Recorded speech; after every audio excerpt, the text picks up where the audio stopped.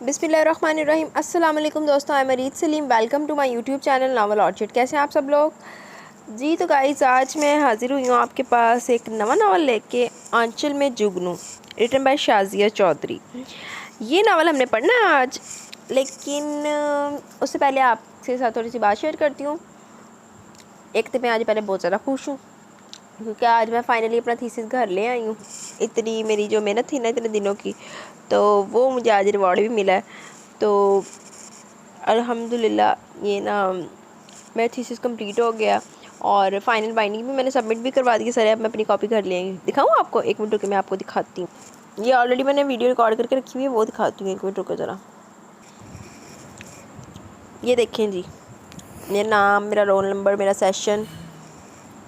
ये मेरी है कोई एक महीने कह रही हूँ, 1 साल की मेहनत है जो इस पर हमने रिसर्च पर थीसिस पे काम किया। वो मेरी जो उसमें जो मेरी आवाज़ आ रही है ना, उसको थोड़ा सा आपने इग्नोर करना है क्योंकि मैं सोई पड़ी उठी थी। आपको पीछे से खेस फूस और वो चादर चुदर भी नज़र आ रही होगी। मैं यूनिवर्सिटी गई थी, आज आके मैं सो गई थी। पापा कहते कि भाइयों को सेंड कर दो, तो फिर मैंने वीडियो वगैरह बना ली तो सबको भेज दी। मैं कहा आप लोग को भी दिखा दूँ ज़रा कि मैं की कारनामा अंजाम देते। ये देखें, ये ईच एंड एवरीथिंग मैंने खुद ही बनाई है। इसमें सारा कुछ मैं आप ही किया, ईच एंड एवरी स्ट्रक्चर भी मैं खुद ही बनाया। ये मैं अपने भाइयों को बता रही थी। सारी स्कीमा, इस एक स्कीम का मुझे याद है, मैं इतना वो था ना। चल पहले आप मेरी बकवास उधर से सुन ले, मैं फिर डबल बकवास हो जाएगी, आप लोग कंफ्यूज हो जाएंगे।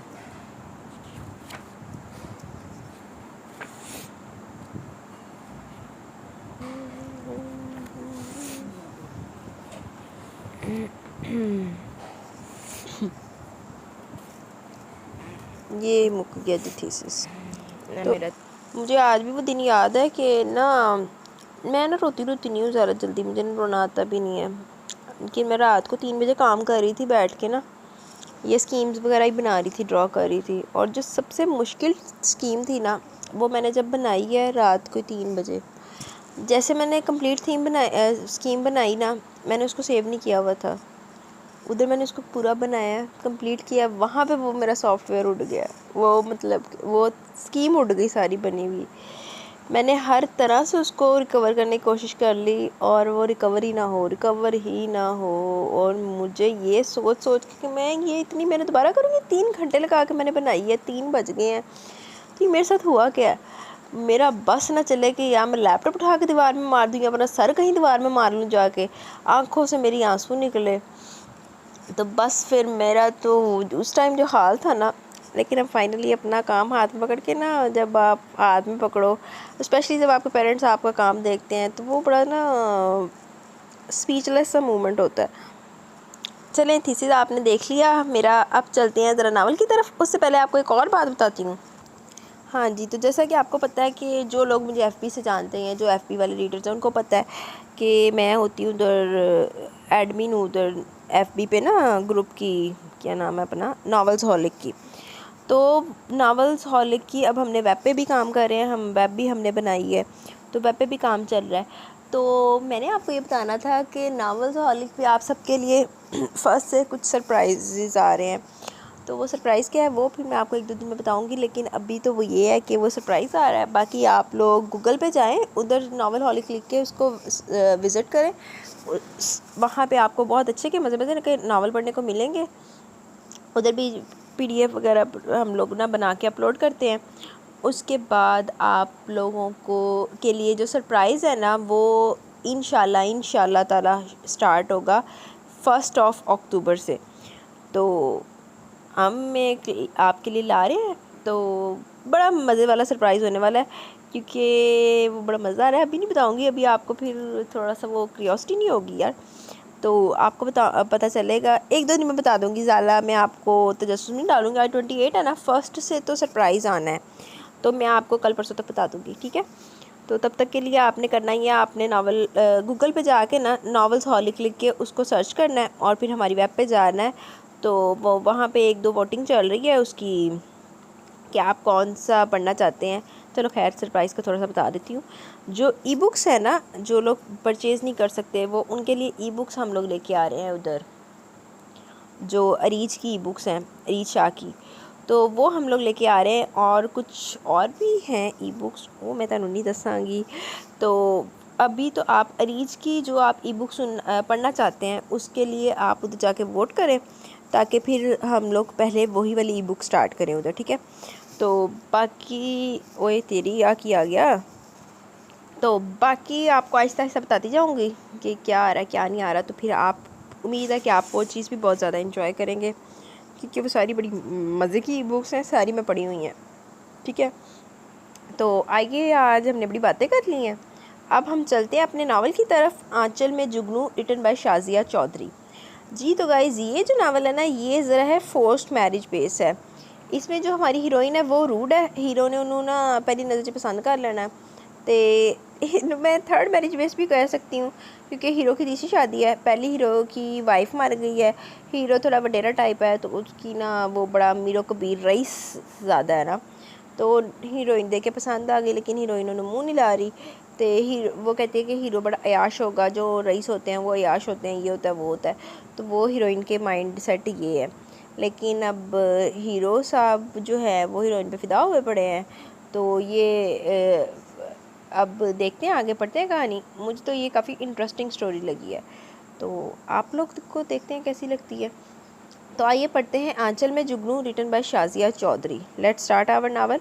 लेकिन उससे पहले अगर आप लोगों ने मेरे चैनल नावल ऑर्चिड को सब्सक्राइब नहीं किया तो सब्सक्राइब कर लें और साथ में बेल आइकन भी प्रेस कर लें, ताकि आने वाली वीडियो आपको इजीली मिलती रहे। तो आइए चलिए नावल पढ़न। ऑफिसर्स कॉलोनी में धीरे धीरे शाम उतर रही थी। कुछ गहरे बादलों, सुरमई पहाड़ों के मुल्ज की चोटियों और सरसब्ज़ शादाब वादी के घने दरख्तों ने शाम को इस रंग को मज़ीद गहरा कर दिया था। शेर लाला अपने घर के गेट पर खड़ी थी। गेट के सामने घर के मतवाजी रुख पर स्याह कोलतार की सड़क थी, जिसके दोनों तरफ सफ़ेदे और पापलर के दरख्त एक तरतीब से लगे हुए थे। ये सड़क ट्रैफिक के लिए बहुत कम इस्तेमाल की जाती थी, इसलिए कॉलोनी के बच्चे बेफिक्री से यहाँ क्रिकेट, फुटबॉल और दीगर पसंदीदा खेल खेलते थे। बूढ़े और ख़वातीन अक्सर टोलियों की सूरत में चहलकदमी करते नजर आते थे। मगरिब के बाद जब माएँ बच्चों को घर में बुलाती थी, तब कहीं जा यहाँ सन्नाटा देखने में आता था, और इस वक्त यही समा था। मगरिब हो चुकी थी और सब अपने अपने घरों को लौट रहे थे। शेर लाला सख्त उकराहट के आलम में गेट से कुछ फासले पर लगे सफ़ेदे के दरख्त से टेक लगाए खड़ी थी। चेहरे पे बेजारी और झंझलाहट के तासुरात नुमाया थे। पता नहीं अपिया और बेजी कब लौटेंगे अस्पताल से, इसने कोफा से सर झटकते हुए सोचा। वैसे तो डैडी के आने का वक्त भी हो चला है, हो सकता है कुछ देर में आ जाए। मुझे गेट से बाहर खड़े देखकर यकीनन खफा भी होंगे, मगर मैं क्या करूं? अंदर मेरा दम घुटने लगा। या अल्लाह, किस दर्जा बोरियत है इस कॉलोनी में, ना कोई हलचल ना हंगामा। ओफो, वो दिल ही दिल में जज्बस हो रही थी। शाजी भैया को भी नहीं बताया कि मैं बाहर हूँ, अंदर घर में ढूंढ रहे होंगे मुझे, मगर नहीं यकीनन अपने महबूब टीवी के आगे जमे बैठे होंगे। टीवी के आगे तो सारी दुनिया भूल जाते हैं। वो तलीमी मसरूफियात के सबब बचपन से शहर के हॉस्टल में ही रही थी, कॉलोनी में कम ही आना जाना होता। अपिया की तो एफए के बाद शाजी भैया से शादी हो गई थी। इस वक्त शेर लाला 7वीं क्लास में थी। शाजी भैया इनके सगे तायाजाद थे, बचपन में यतीम हो गए थे। ऐसे में इरफान साहब इन्हें अपने घर यहाँ कॉलोनी में ले आए। जब वो पढ़ लिख कर बरसरे रोज़गार हुए तो अपनी बेटी गुले लाला से शादी कर दी, और शादी के बाद इनके इसी घर में रहने पर इसरार किया। वो कहते थे, शुजा मेरा घर दामाद नहीं बेटा, और बेटा बाप के घर ही जचता है। यूँ भी इनकी जॉब भी यहीं थी, इसलिए वो बखुशी राज़ी हो गए। वो 7 साल कबल बीए ऑनर्स मुकम्मल करने 6-7 दिन कह लगते हैं, उन्होंने लिखा नहीं हुआ। वो 6-7 दिन कबल बीए ऑनर्स मुकम्मल करने के बाद मुस्तकिलन कॉलोनी लौटी थी, और यहाँ चंद माह रहकर ही बोर हो गई थी। 6-7 माह कबल कह लो। ना कोई दोस्त, ना कोई और दिलचस्पी। ठंडी हवाओं से बचने के लिए वो सुर्ख शॉल को अच्छी तरह सर और कंधों पर फैलाए दूर अफक पर डूबती सुर्खियों पर निगाह जमाए हुए थी। बेदिली के बायस 2-3 दिन से कपड़े भी नहीं बदले थे। सुर्ख और स्याह प्रिंटेड का मरीना का सूट शिकन आलूद और मुलजगा सा था। आंदे शिकन आलूद कपड़ियां दे विच हीरो ने वेख के तो फिदा हो जाना। वो अपने ध्यान में गुम थी। खबर भी ना हुई कि कब मतवाजी सड़क पर अमूदी लाइन बनाती बड़ी सड़क से तेज़ रफ्तारी से आती एक पजारो घर के गेट की ढलवान ने रविश पर आन रुकी। अंदर से एक लंबे कद का खिलती हुई रंगत और घने चमकदार स्याह बालों वाला वजीह सा मर्द निकला। बैल बजाने की घर से दाएं जानिब के गेट लैंप के नीचे मौजूद सफ़ेद बटन को दबाने के इरादे से आगे बढ़ा तो इस पर नज़र पड़ते छिटक गया। होंठ इस्तेजाब के आलम में सुकड़ गए, रोशन मोटी मोटी आंखों में चमकता रही। मैं की क्या सी भावें हीरोइन गंदे मेरे मूँह झुग्गियां वाले हुलिये दे विच भी खड़ी होएगी ना तो हीरो साहब नूं ते वो लगनी है, लेडी डियाना लगनी है। अच्छा, वो कुछ ऐसी कैफियत में था जैसे अपनी आंखों पर एतबार न रहा हो। इसके संजीदा और मतीन चेहरे के मंजमन तासरात में खुशगवारियत सी आ गई और पेशानी की शिकने लम्हे भर में गायब हो गई थी। यूँ लग रहा था जैसे वो अचानक ही तहैयर अमेज़ मुसरत में घिर गया हो। शहलाला हवस बेजारी के आलम में खुद में गुम थी। हवा के तेज़ झोंके से फड़फड़ाते शाल के पल्लू को समेटते हुए इसने यूं ही नज़र घुमाई और एक बेनियाज निगाह आने वाले अजनबी शख्स पर डाली। वो बड़ी दिलचस्पी और शौक़ के आलम में इसकी तरफ मतवजा था। नज़र मिलने पर धीरे से मुस्कुरा दिया। हेलो, कैसे मिजाज है? भारी लहजा गंभीरता और संजीदगी का इम्तजाज लिए हुए था। अंदाज में हद दर्जा वक़ार झलक रहा था। बिलाशुबा वो एक मुतासर कुन शख्सियत का मालिक था। अच्छा जी, हेलो। शहलाला ने कुछ उलझे हुए बेपरवाह अंदाज में कहकर अपनी तवज्जो दूसरी तरफ मबजूल कर ली। ये तक पूछने की ज़हमत न की कि किससे मिलना है, क्या काम है। सालगिरह मुबारक हो। हेलो। इस बार शहलाला को हैरत का झटका सा लगा। वो अब हैरान सी बगौर इसकी जानिब देखने लगी। 34 बरस का ये सोबर सा मर्द कैसे जानता था कि आज उसका जन्मदिन है। उन 34 साल का सोबर मर्द नहीं जानने का तो होर कौन जानेगा। इधर शहलाला दे घर वालियां नहीं याद होनी उसकी बर्थडे, लेकिन उस भाई ने याद रखी। इस दौरान अंदर से मुलाजिम ने घंटी की आवाज़ सुनकर गेट खोल दिया। इसे देखकर ज़ोरदार सलाम झाड़ा और अपनी मैयत में अंदर ले गया। कौन है ये साहब? अंदाज तो खासे शहाना है। वो हैरानी से इसे अंदर जाते देख रही थी। पता नहीं डैडी के मिलने वाले ये शजी भाई के। जब वो जीप भर के बाहर खड़े खड़े बोर हो गई तो मजमल कदमों से अंदर चली आई और लॉन में कैन की कुर्सी पर बैठकर आसमान पर चमकते सितारों को देखने लगी। उफ, कब आएंगी बेजी और अपिया? अब वो बुरी तरह झल्ला रही थी। अंदर डाइनिंग रूम से हंसने बोलने की आवाज़ें आ रही थी। गोया वो साहब शजी भैया के मिलने वाले थे। अरे गुड़िया, तुम इधर बैठी हो, मैं तुम्हें अंदर तलाश कर रहा था। इसी साथ शजी भैया इस शानदार से आदमी के हमरा ड्राइंग रूम के दरवाजे से बाहर आए थे। जी बस मैं आ रही थी। वो तेज़ से शॉल संभालती सीधी होगी। ये मेरी बहन जमा साली है शहलाला। तालीम से फ़ारिग होकर अब मुस्तकिल तौर पर कॉलोनी आ गई है। इरादा है कि कुछ अरसे बाद टीचिंग लाइन ज्वाइन कर ले। और यार ये जो ब्रदर इन लॉ होते हैं ना, आज जो साली कहते हैं ना, यार बहन कह रही है बस ठीक है, या ज़्यादा ज़्यादा कह रहे हो सिस्टर की बहन है। अब मैंने ज़रा बड़ा ना जहर लगता है वाला लफ्ज़। मेरे अपने कहते रहते हैं ना मुझे। अच्छा, शजी भैया इसका तारुफ करवा रहे थे। शहलाला हैरान रह गई। वो बहुत कम शजी भैया के दोस्तों से मुतारिफ होती थी। इसके यहाँ इसका रवाज नहीं था। इसका मतलब ये साहब कुछ ज़्यादा ही क्लोज से हैं घर वालों से। और लाला, शायद तुम्हें इनसे वाकफियत हो। ये कॉलोनी की मशहूर व मारूफ शख्सियत है आगा हारून अहमद। इस कॉलोनी का तमीराती काम इनके वालिद साहब की ज़ेर निगरानी तकमील पाया था। कॉलोनी का प्राइवेट कॉलेज, हॉस्पिटल और दस्तकारी स्कूल भी इन्होंने तामीर करवाए हैं। वालिद साहब की वफ़ात के बाद तमाम इंतज़ामात आगा हारून ने संभाल लिए हैं। इस खूबसूरत कॉलोनी को मज़ीद बेहतर और पुरकशिश बनाने के लिए ये आजकल एक जामे मनसूबा तरतीब दे रहे हैं, जिसके तहत ये बहुत मुख्तसर सी मुद्दत में कॉलोनी में club, rest house, play ground और तफरीही पार्क बनाने के इक़दाम किए जाएंगे। बल्कि तफरीही पार्क तो तकरीबन मुकम्मल होने को है। शहलाला ने गहरी सांस ली। अब अंदाज़ा हुआ था कि शजी भैया क्यों इसके सामने पीछे जा रहे हैं। वो महसूस कर रही थी कि आगा हारून की नज़रें मुसलसल इसके चेहरे का तवाफ़ कर रही थी और इस एहसास ने इसकी नागवारी और बेजारी को मज़ीद दो चंद कर दिया। ताहम वह महरबा लब रही। अगर मिस शहलाला पसंद करे तो कॉलोनी के कॉलेज में इंतज़ामी मामलात संभाल सकती हैं। मैडम तल्लत कॉलेज की प्रिंसिपल है। इन्हें निज़ाम चलाने के लिए एक आला तरीन याफ़ता और ज़हीन मावन की ज़रूरत है और मुझे यकीन है मिस शहलाला के तावन से हम जल्द ही इस इंटर कॉलेज को डिग्री कॉलेज में तब्दील कर देंगे। आगा की तजवीज़ पर शहलाला ने सर उठाकर इसकी तरफ देखा। वो इसी की तरफ मतवज्जा था। नज़र मिलने पर होले से इसके लब मतबस्सम हुए। इसकी नज़रों में इतनी चमक और भरपूर तासुर था कि शहलाला ने दूसरे ही लम्हे निगाह चुरा ली। कैसे देखता है जैसे खा ही तो जाएगा। वो दिल ही दिल में तिल मिला रही थी। हाँ लाला, तजवीज़ तो बहुत शानदार है, क्या ख्याल है? शजी भैया ने पुरजोश अंदाज में कहा। सोचूंगी। लाला गुले नू शाह लाला नू घर बैठे मिलती पी ना जॉब वो सिर ते चढ़ रही है। वो धीरे से कहकर अंदर की जानिब बढ़ गई। लाउंज में आई तो टेबल पर पड़े 2 गिफ्ट पैक देखकर मुतहैयर रह गई। From Agha Haroon Ahmed to Shahlala. वाह, पहली मुलाकात जी गिफ्ट। इसकी नज़रों में ज़मीन आसमान घूमने लगे। माय गॉड, मुझे किस हिसाब में तोहफ़ा दिया है? इसने ढीले ढाले अंदाज में गिफ्ट पैक खोले। बेश कीमत ज्वेलरी सेट और परफ्यूम। इसे हैरानी का दौरा पड़ गया। हैप्पी बर्थडे का नफीस सा कार्ड अलग से था। ये सब क्या? इन्हें कैसे इल्म हुआ मेरी सालगिरह का? और सानू तो कभी किसी ने इस तरह गिफ्ट नहीं भेजे। बस आगे नो कमेंट्स। वो उलझ रही थी, इसी दौरान शाजी भैया इधर चले आए थे। पिछले साल जब तुम छुट्टियों पर शहर से कॉलोनी आई थी तो तुम्हारी सालगिरह वाले दिन आगा तुमसे पहली बार मिले थे। शायद इस वक्त की बात याद रह गई होगी। शाजी भैया ने नरमी से वजाहत की और शेर लाला के जहन में एक झमाका सा हुआ। पिछले साल वीकेंड पर वो कॉलोनी में थी। इत्तेफाक से छुट्टी का दिन था, सभी घर में मौजूद थे। शाम को लॉन में बैठे चाय के लवाजमात और सालगिरह के केक के हमरा सारा से अंदाज में इसकी सालगिरह मनाकर नींद आ गई यार। हालांकि मैं 9 बजे सोई पड़ी उठी हूँ, कितने दफ़ा हो गया। हाँ,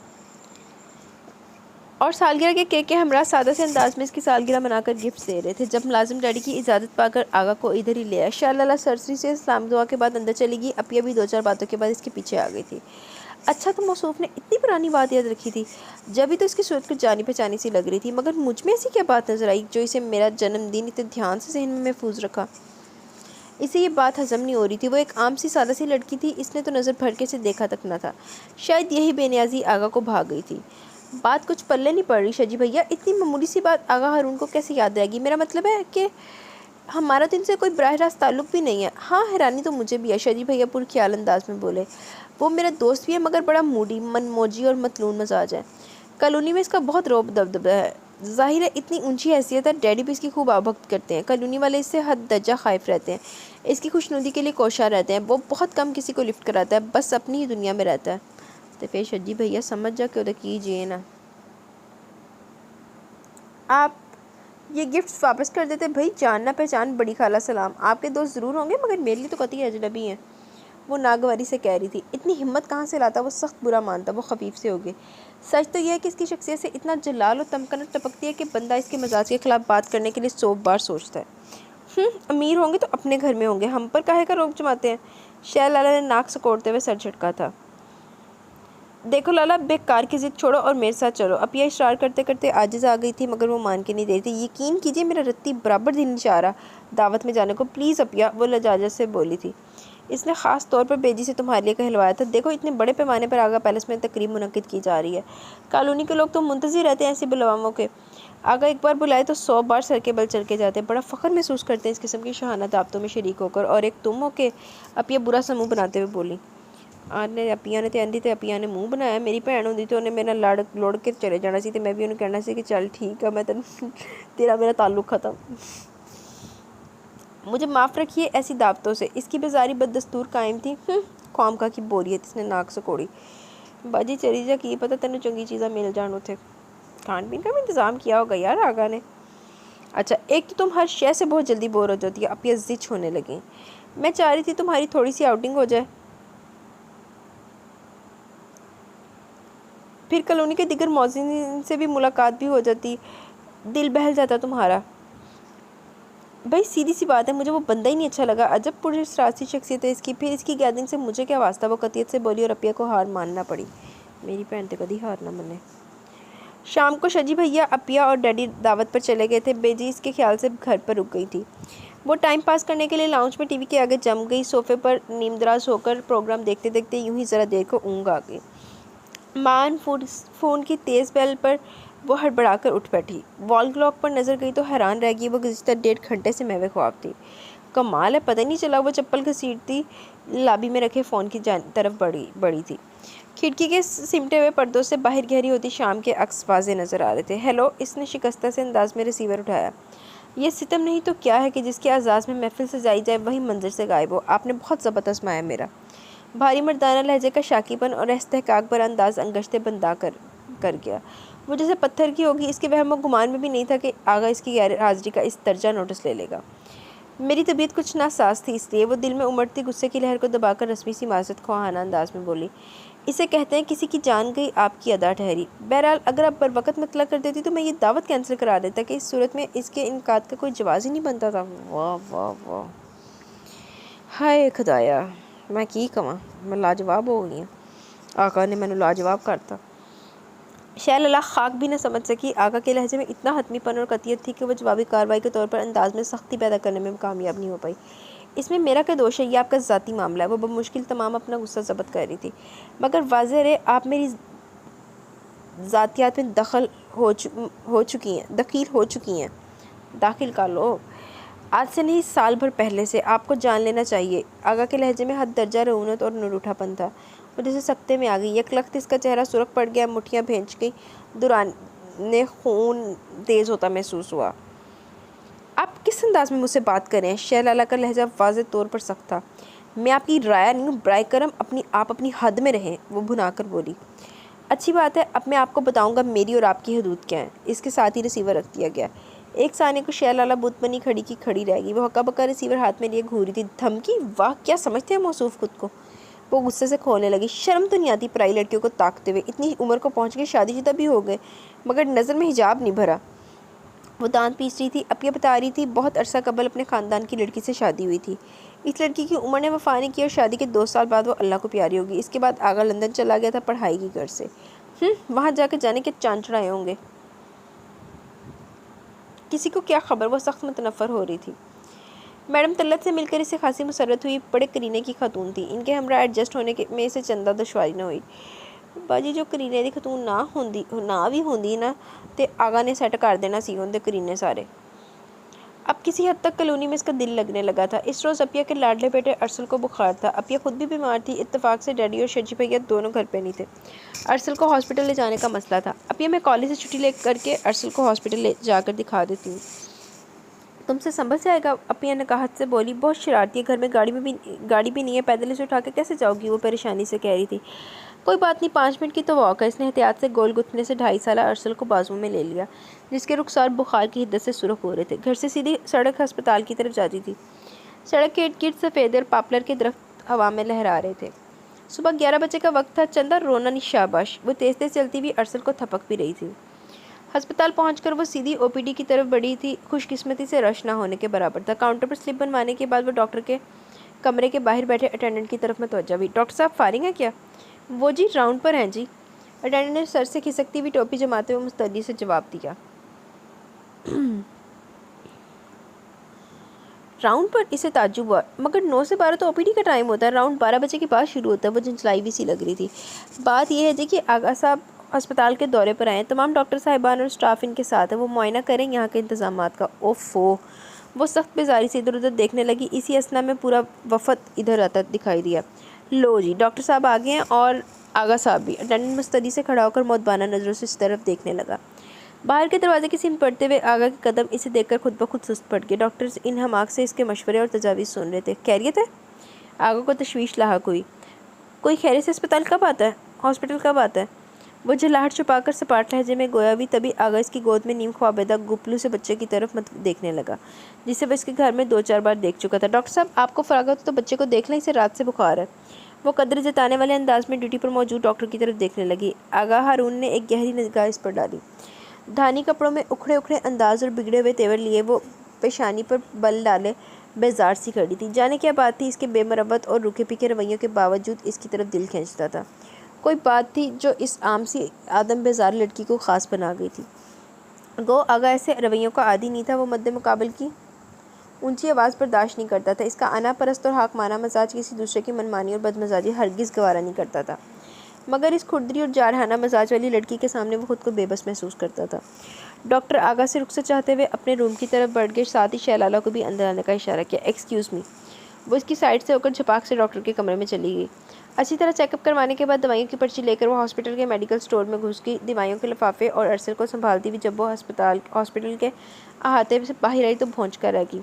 गेट के पास पजारों से टेक लगाए आगा हारून महवियत से सिगरेट पी रहा था। गालबन इसी का मुंतज़िर था। आओ मैं तुम्हें घर छोड़ दूँ, वो दोस्ताना अंदाज में इसके करीब आकर बोला। इसकी इस दर्जा बेतकल्फ़ी शहलाला को बहुत खली। शुक्रिया, मैं चली जाऊंगी, इसने बदलिहाजी से कहकर कदम बढ़ाए। वो तेज़ी से सामने आ गया। तुम इस कदर खुदसर और बदतमीज़ क्यों हो? वो इसे घूरने लगा। मोनू किसी भी राह चल देना, बह के चली जाए गड्डी दे वेचते फेर है चंगी आ। इसके कड़े तेवर देखकर वो एक लम्हे को ख्वाहिश सी होगी। चलो आओ बैठो, वो जलाल में आकर हुक्मिया बोला। मैं पहले भी अर्ज़ कर चुकी हूँ आगा साहब कि मैं आपकी राया नहीं हूँ, मैं अपनी मर्ज़ी की मालिक हूँ।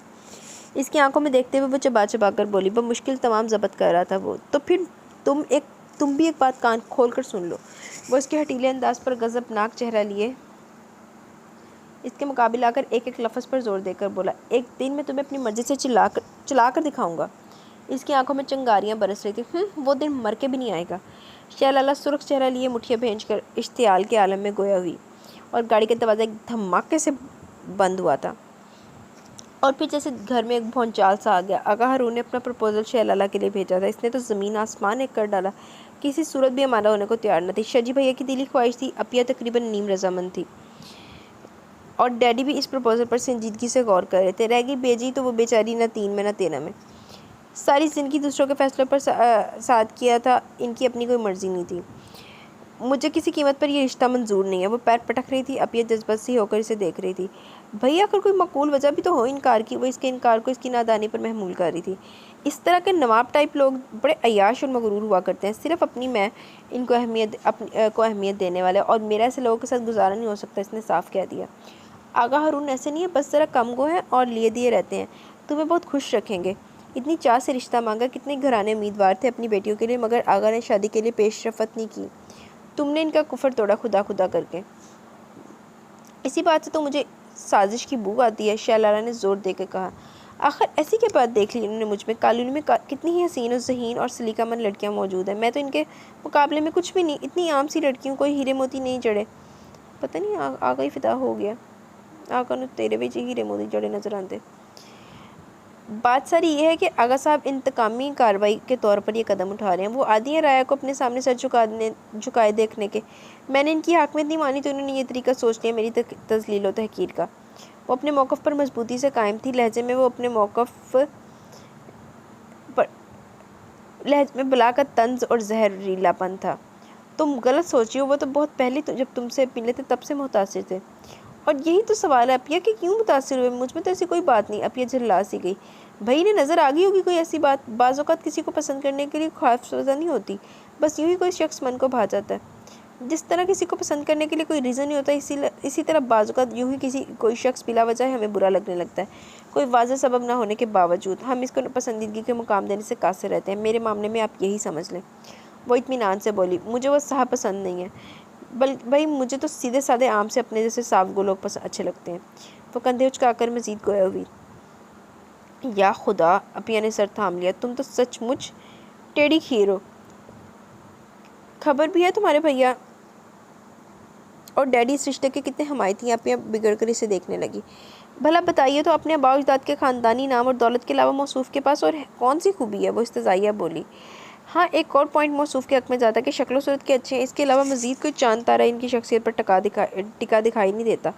माफ़ कीजिएगा भैया, इस दर्जा मगरूर और खुदपरस्त शख्स से अपनी किस्मत फोड़ने का मेरा कोई इरादा नहीं। आप भैया और डैडी से कह दीजिएगा। वो होटल लहजे में बोली। शजी भैया इसके इनकार पर बहुत परेशान दिखाई दे रहे थे। वो आगा कंस्ट्रक्शन कंपनी में एक अहम ओहदे पर फाइज थे। इस हिसाब से आगा हारून इनका बॉस भी था। फिर कॉलोनी में आगा की अपनी एक मुस्तहकम और इनफरादी हैसियत थी जिसे चैलेंज नहीं किया जा सकता था, और इनके हिसाब से आगा के रिश्ते में कोई ऐसा ऐप भी नहीं था। देखा जाता तो शहलाला के बेहतरीन प्रपोजल था। खुदा जाने इन्होंने कितनी शादियाँ कर रखी होगी शजी भैया। एक तो वो हैं जो हम सबके इलम में है। लंदन में 5 वर्ष इनका क़याम रहा है। वहाँ 2-3 तो ज़रूर कर रखी होंगी। जब दौलत घर की लौंडी और इख्तियार भी हो तो कौन काफर पाठशाही का दामन थामे रहेगा? भाई मुझे तो कुछ समझ में नहीं आ रहा, कहाँ जाऊँ, क्या करूँ? वो दो टोक इनकार मुझसे किसी तौर पर मुमकिन नहीं है। डैडी भी अपना पहलू बचा के इन्होंने फैसले की स्लेब मेरे कंधों पर रख दी है। शजी भैया सख्त टेंशन में थे। देखो तुम एक बार फिर सोच लो। वो इल्तिजाइया नज़रों से देखने लगे। 1000 बार भी सोचो तो यही नतीजा निकलेगा शजी भैया। इसने ठंडी सांस लेते हुए नफ़ी में सर हिलाया।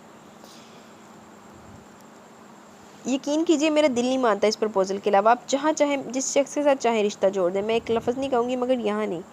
वो इस दर्जा इजाज़त से गोया हुई कि शजी भैया को हथियार डालने पड़े। इन्होंने गोलमोल से नज़रअंदाज में मिलाकर शहलाला का मौक़िफ़ आगा तक पहुँचा दिया। आगा सुनकर कितनी ही देर तक सोच में डूबा रहा। शजी भैया धड़कते दिल से आगा के तासुरात जांचने की कोशिश कर रहे थे कि कहीं वो नाराज़ तो नहीं हो गया। इनका दिल धक धक कर रहा था। अगर तुम्हें एतराज़ ना हो तो मैं बराह रास्त शहलाला से बात कर लूँ? बिलाकर वो सर उठाकर इनकी तरफ देखकर बोला। मुझे बिल्कुल भी एतराज़ नहीं, आप शौक़ से बात कर लें। वो जल्दी से बोले। अगर वो कायल हो जाए तो हम एक लम्हे की ताख़ीर किए बगैर आपको हाँ कर देंगे। घर आकर उन्होंने शहलाला को बुलाकर आगा की आमद की वजह बताई। क्या मुसीबत है, कंबल ही हो गए मौसूफ़? वो अंदर बुरी तरह चिल्ला रही थी, ताहम शजी भैया के सामने मुहरबा लब रही। मारे बांधे सर हिला दिया। कायल तो इसके रिश्ते भी नहीं कर सकते मुझे, इसने सुलग कर सोचा। इसी शाम आगा को चाय पर मदऊ किया गया। डैडी इन दिनों अपने ऑफिशियल टूर पर कराची गए हुए थे। अपिया शजी भैया के साथ ड्राइंग रूम में मेज़बान के तौर पर आगा के सामने मौजूद थी। कुछ देर बाद वो इसके कमरे में आ गई। जाओ तुम, अब तुम्हारे भैया बुला रहे हैं, और देखो कोई बदतमीज़ी मत करना, ख्याल रहे वो यहाँ की ताकतवर समाजी शख्सियत होने के साथ साथ तुम्हारे भैया के बॉस भी हैं। मालूम है मुझे। वो बुरे बुरे मुंह बनाती उठ बैठी। कपड़े तो बदल लो, परसों के पहने हुए हैं। इसे सर झाड़ मुँह पहाड़ जाता देखकर अपिया ने टोका। अपिया ओ जिदा मर्जी चली जावे, आगा तो उन्हें फिदा होया पिया। चलेगा सब, वो बेपरवाही से कहकर बाहर निकल गई। चूँकि वो ज़हनी तौर पर तैयार थी, इसलिए आगा के रूबरू जाने से वो कतई खाइफ न हुई। बहादुरी से डट कर बैठ गई। शजी भैया किसी हेले बहाने से दरमियान से खिसकना चाह रहे थे, इसीलिए मैं शैलाला ने पहल करते हुए इसकी तरफ देखकर निडर अंदाज में पूछा, आगा साहब एक बात ईमानदारी से बताइएगा। यार नींद आ रही है मुझे। आपने कुल कितनी शादियाँ की हैं? इसके अनोखे सवाल पर शजी भैया हक्का बक्का रह गए। इसके बदलिहाज तेवर अलग ही ने गड़बड़ाए दे रहे थे। इन्होंने दहल कर आगा की तरफ देखा। इसकी पेशानी पर सलवटें नमूदार हो गई थी। मोटी मोटी चमकदार आंखों में गजब की सुर्खियां हलकुरे लेने लगी थी। ताहम जब वो बोला तो लहजे हद दर्जा पुरसकून था। 18 वर्ष की उम्र में बाबा जान ने ख़ानदान की लड़की ज़ैनब से की थी। फिर इसकी वफ़ात के बाद इंग्लैंड में क़याम के दौरान अंग्रेज़ लड़की जोसेफाइन से शादी की थी, मगर ये ताल्लुक़ चल नहीं सका। शादी के 6 माह बाद ही दोनों की बाहमी रजामंदी से तलाक हो गई थी। ये इंकशाफ शैलाला के लिए तो तहैर का बाइस था ही। खुद शजी भैया भी धक से रह गए। इनके तो गुमान में भी नहीं था कि आगा 2 शादियां कर चुका है।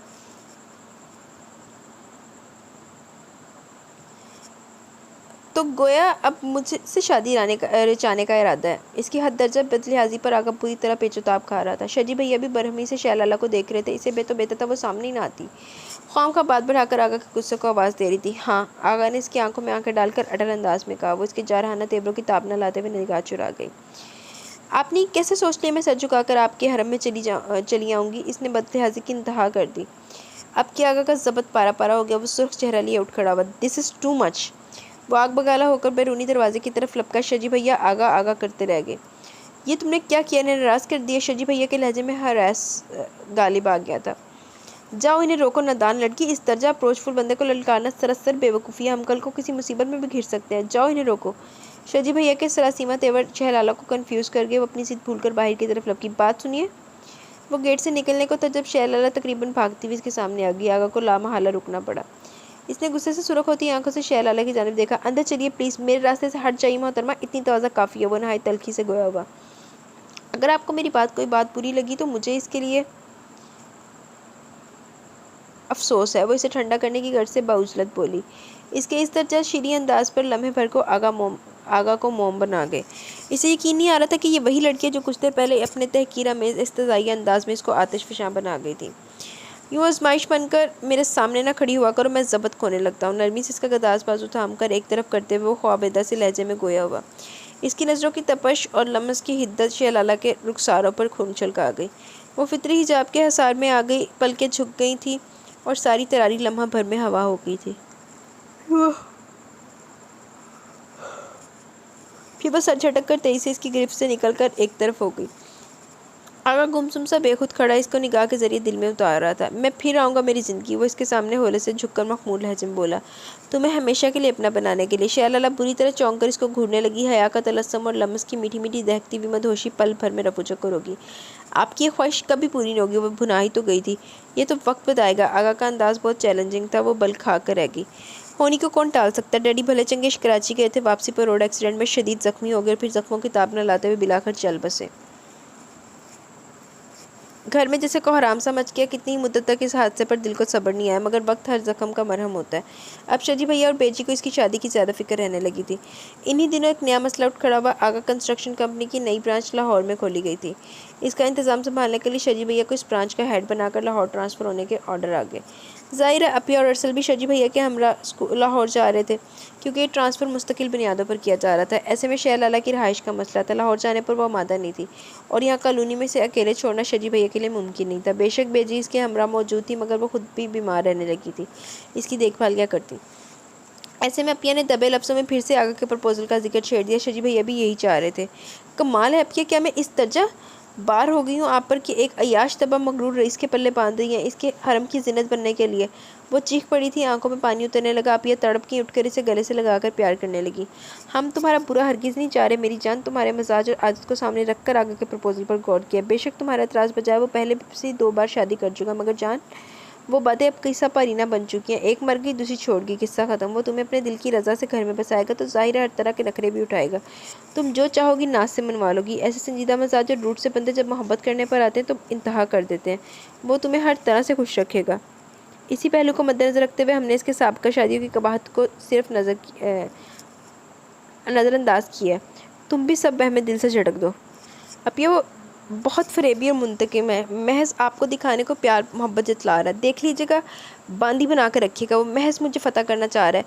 इसे ये बात चैन नहीं लेने दे रही कि इस कदर मामूली और आम सी शक्ल सूरत वाली लड़की इसकी शानदार शख्सियत और हैसियत को नज़रअंदाज करिए। प्लीज़ आप समझिए तो। वो इल्तिजा कर रही थी। तुम भी कुछ समझने की कोशिश करो। अब क्या बोली तो इनके लहजे में बला की संजीदगी थी। हम इस वक्त आगा की मुखालफत मोल लेने की पोजीशन में नहीं है। अगर डैडी जिंदा होते तो और बात थी, मगर मौजूदा सूरत हाल में आगा के खिलाफ स्टैंड लेना सरासर घाटे का सौदा है। शजी एक तरह से इनके मुलाजिम है, इनकी तरक्की के पीछे आगा का हाथ है। फिर कॉलोनी में आगा एक बाइख्तियार है शख्सियत है। आगा ने हाथ खींच लिया तो हमारा इस कॉलोनी में क्याम खुशगवार न रहेगा। तो इसका मतलब यह है कि आगा मुझे ख़रीद रहा है, अपना इख्तियार जताकर बेबस करके शिकार कर रहा है। वो चटक गई। ये इंकशाफ हद दर्जा जानलेवा था। इसका चेहरा धुआं धुआं हो गया। खुद गर्ज जा पसंद देखूंगी मिस्टर तुम मुझे किस तरह हासिल करते हो। अगर कुदरत ने तुम्हें मुझ पर इख्तियार सौंप दिया भी तो मेरे दिल तक रसाई नहीं पा सकोगे। वो अंदर से भड़क रही थी। अब बताओ तुम्हारा फैसला क्या है? बस आखिरी बात बताओ ताकि इस रोज़ रोज़ की टेंशन से जान छूटे।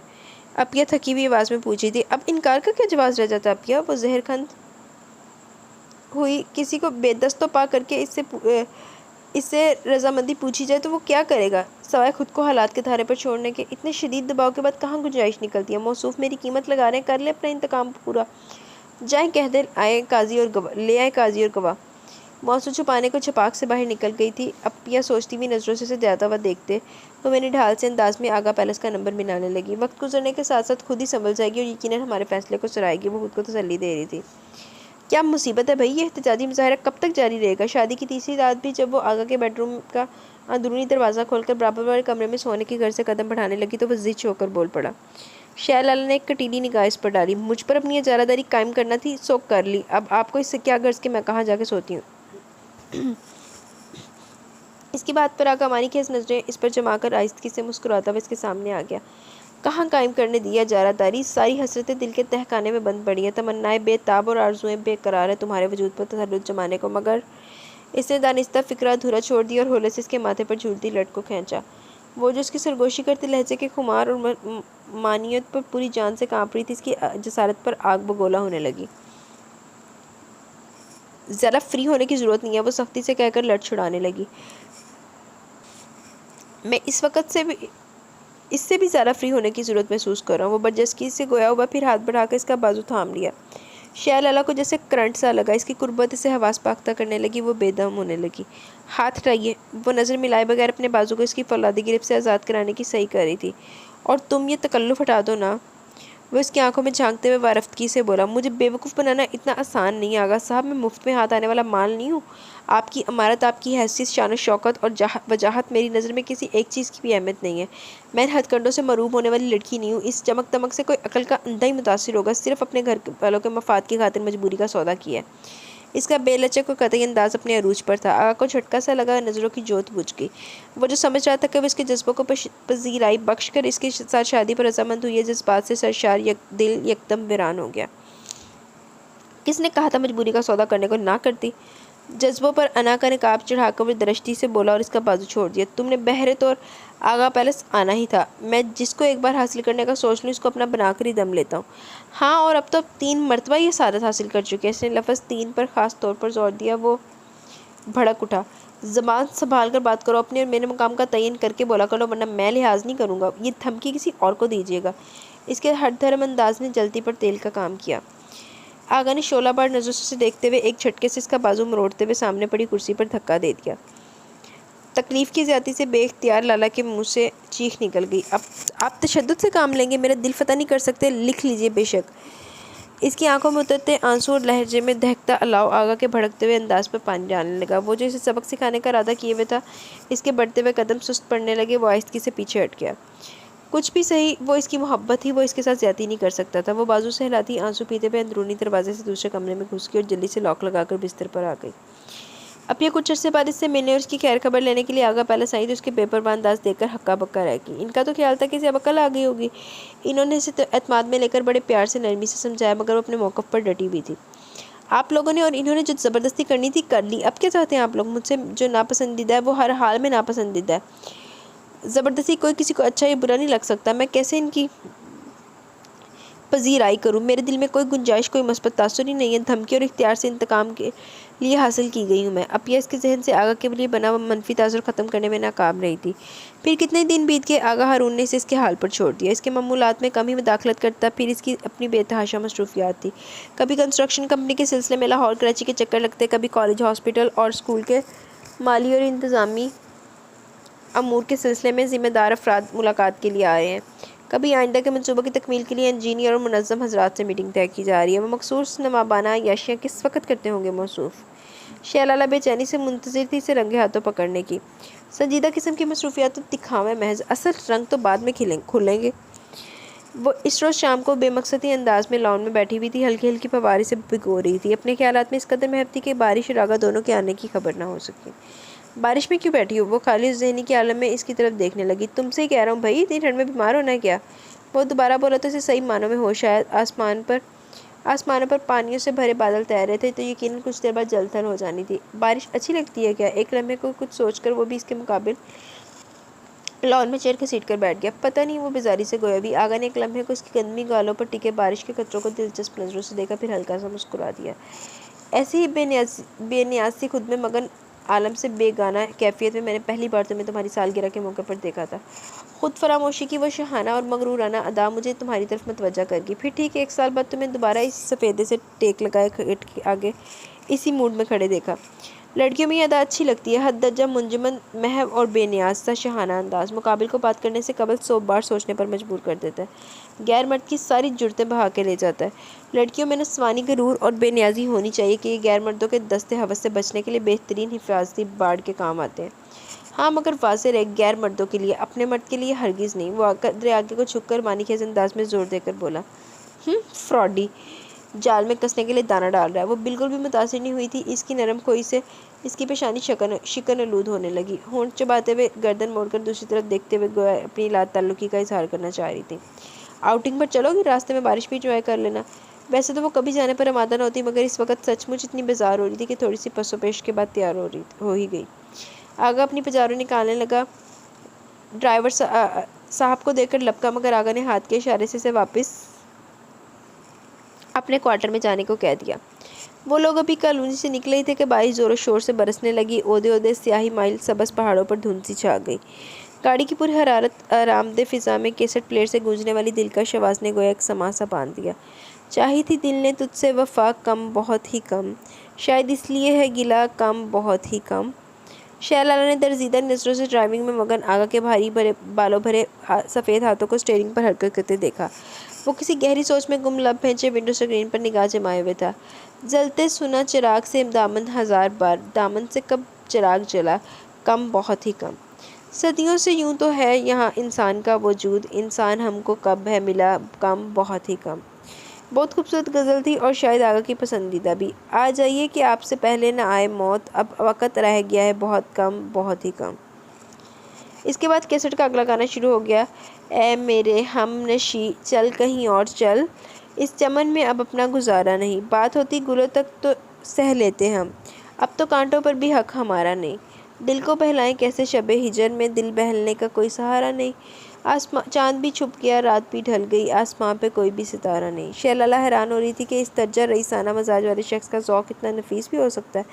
वो गीत के बोलों में गुम था और शायद इस आवाज़ के ज़रिए से भी कुछ जताना चाह रहा था।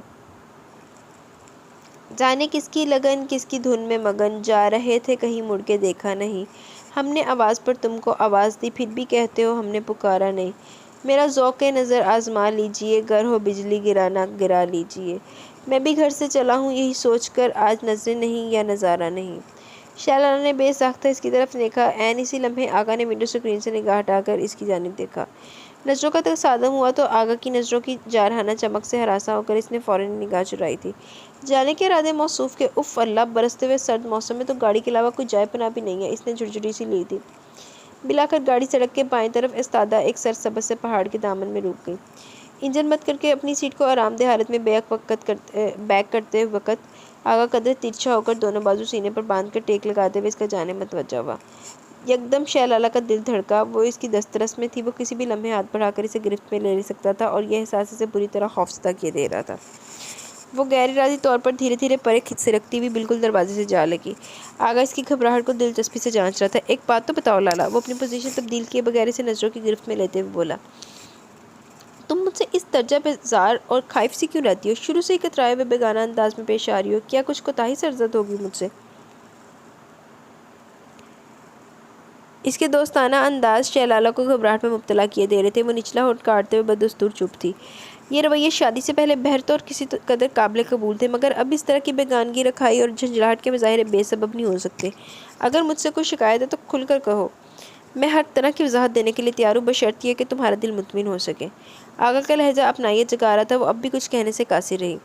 अगर तुम्हें मेरी शादियाँ करने पर एतराज़ है तो इस सिलसिले में मैं अपनी जगह पर दुरुस्त हूँ। पहली शादी हुई तो खुदा ने बीवी को अपने पास बुला लिया, दूसरी जगह की तो निभ नहीं सकी। सिर्फ मैं ही नहीं, जोसेफाइन ने को भी एहसास हो गया था कि हम दोनों के मिजाज और जहन नहीं मिलते। वो तो मेरे और आपके कौन सा मिलते हैं?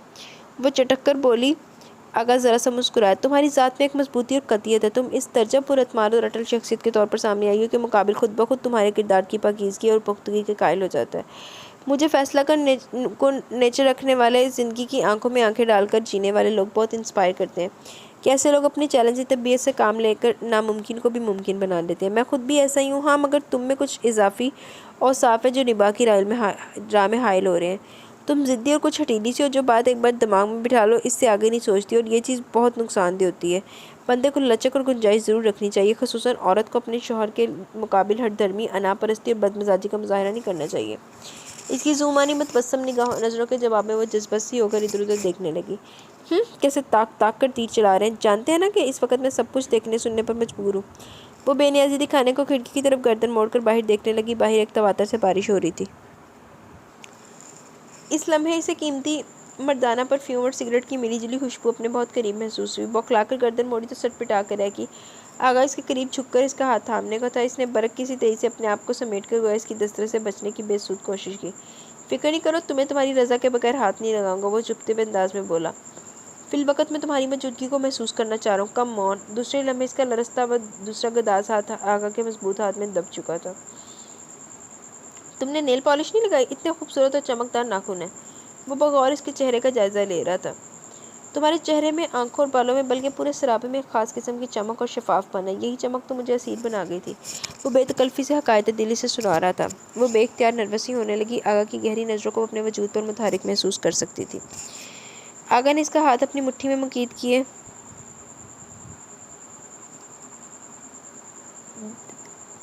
देखकर ठंडी सांस ली। एक लम्हे को इसके दिल ने की बेईमान होती धड़कनों ने इसे उकसाया था। दी चाहा इसी हाथ को भरपूर झटका देकर इसके ठंडे पड़े नाजुक से कदास वजूद को खुद के करीब कर ले और खुद में समोकर जज्बों की सारी प्यास बुझा ले। मगर वो खुद से किए गए अहद के हाथों बेबस था। इससे पहले कि वो गुस्ताखी पर आमादा करते इसे ख्वाबनाक माहौल की लपेट में आकर बहक जाता। इसने तेज़ी से इसका हाथ छोड़कर सीधे होते हुए गाड़ी स्टार्ट कर दी कि खुद पर काबू पाने में इसे खासी दुश्वारी का सामना हो रहा था। वैसे यार ये लव आफ्टर मैरिज नावल भी है। वैसे ना जिन्नी आगा नूं इज्जत दे रहे हैं ना कुड़ी नूं, उन्नी अपने आप तो बाहर हो जाए। लाला नूं ना बस छितना दी ते चंडा दी कमी है। रेस्ट हाउस और क्लब की तामीर के सिलसिले में कागजी कार्रवाई मुकम्मल हो चुकी थी। आजकल आगा तंदही से इनकी तामीर के काम की निगरानी कर रहा था। दिन रात मसरूफ़ रहता था। शैलाला ने कॉलेज जाने का मामूल जारी रखा था। सुबह से दोपहर तक वहाँ वक्त गुजर जाता, मगर इसके बावजूद बाकी दिन काटे नहीं करता था। उकता देने वाली शामें और बेचैन रातें। एक तो बेजी भी कॉलोनी में नहीं थी। शजी भैया ने अपने साथ लाहौर ही ले गए थे।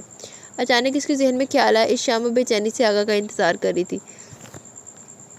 साहब कब तक आ जाएंगे? शाम गहरी होने लगी तो वो किचन में मसरूफ़ मुलाजिम से पूछ बैठी। खुद से तो आगा के मामूलात का इल्म ही नहीं था। घर बार में कभी दिलचस्पी नहीं ली थी, घर का काम मुलाजिम करते और आगा की ज़रूरियात का ख्याल रखने को उसका ख़ास मुलाजिम शरीफुद्दीन मौजूद होता। वो जी शरीफ को बेहतर पता होगा। खान सामा ने इनकसारी से जवाब दिया। शरीफ को ढूंढती हुई वो आगा के बेडरूम आई तो वो वार्डरोब खोले साहब के कपड़े सेट करता नजर आया। आज जब पानी तमीराती कंपनी के सदस्य साहब की मीटिंग है बीबी जी, शाम 6 बजे से 8 बजे तक जारी रहेगी। फिर साहब इन्हें डिनर के लिए शहर के 5 स्टार होटल में ले जाएंगे, वहीं इसकी रहाइश का बंदोबस्त भी किया गया है।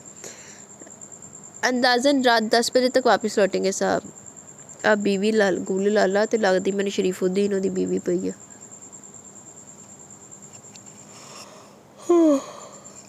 बड़ी नींद आ रही है। हालांकि मैं यूनिवर्सिटी से आकर सो गई थी, 9 बजे के बाद उठी हूँ। थीसिस भी सो के उठ के वो वीडियो वगैरह जो बनाई है, लेकिन नींद पता नहीं क्यों बड़ी आई जा रही है। पता नहीं रात को अपलोड होता कि नहीं होता, क्योंकि ये घंटे से ज़्यादा वीडियो जानी है तो कंपाइल करनी पड़नी है, जिस पर टाइम लगता है। नहीं देर मेरी आँख लग गई तो फिर आज नहीं होनी अपलोडिंग। 10 की बजाय 11 बज गए थे। वो बरामदे में संगमरमर की सीढ़ियों पर बैठी सुरख बजरी के गेट तक जाती रविश पर निगाह जमाए हुए थी।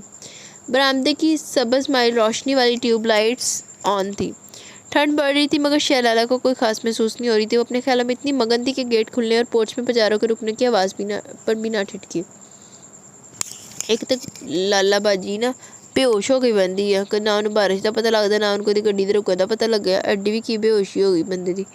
हता के थका थका सा आगा कदम उठाता एन इसके सर पर पहुंच गया। इसे हंसपे मामूल दुनिया से बेखबर अपने ध्यान में गुम देखकर वह आस्की से मुस्कुरा दिया। तुम यहाँ क्या करिए? वो मुस्कुराहट दबाते हुए ताज्जुब से पूछ रहा था। शहलाला ने चौंक कर सर उठाया। आपका इंतज़ार। इसने मुख्तसर बताया। क्या? आगा उछल पड़ा।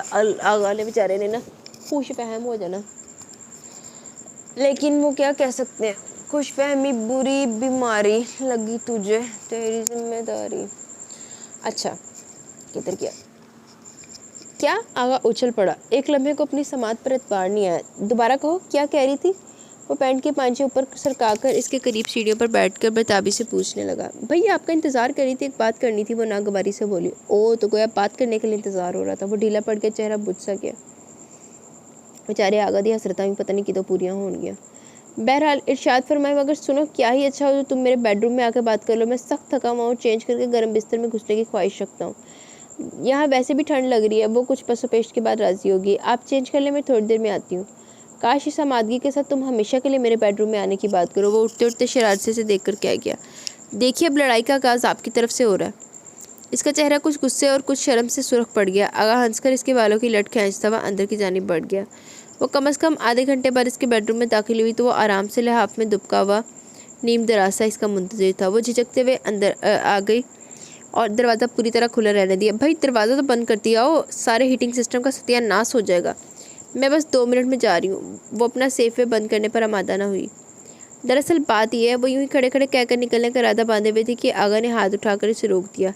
आराम से बैठकर बात करो, ऐसी जल्दी भी क्या है? भाई शरीफ कॉफ़ी बनवा कर ला रहा, तुम बैठो इधर सोफे पर। बेड पर बैठे तो गालबन गवारा नहीं करोगी। इसने बेड के मुकाबिल मैरून मखमली सोफे की जानिब इशारा करते हुए आखिर में जैसे छेड़ने वाले अंदाज में टुकड़ा लगाया। वो खुद को सख्त लाचार महसूस करते हुए होंठ चबाती मारे बांधे सोफे पर बैठ गई। इससे पहले कि बात शुरू करती, शरीफ खुले दरवाजे पर हल्की दस्तक देकर अंदर चला आया। इसके हाथ में छोटी सी नफीस ट्रे थी जिसमें कॉफ़ी के 2 मग रखे थे। साहब और बेगम साहिबा को थमाकर वो मौतबाना वापस मुड़ा और जाते जाते दरवाज़ा अच्छी तरह बंद कर गया। आगा के होंठों पर मुस्कुराहट रेंगी। शहलाला अपनी जगह पहलू बदल कर रह गई। अब वो दोबारा उठकर तो दरवाज़ा खोलने की हिमाकत नहीं कर सकती थी। ऐसा है कि मैं चाह रही हूँ कि 1-2 हफ्तों के लिए मैं लाहौर शजी भैया के पास चली जाऊँ। अपी और बेजी से मिलने को बहुत जी चाह रहा है। इसने कॉफ़ी की चुस्की लेते हुए जल्दी से मुद्दा बयान किया।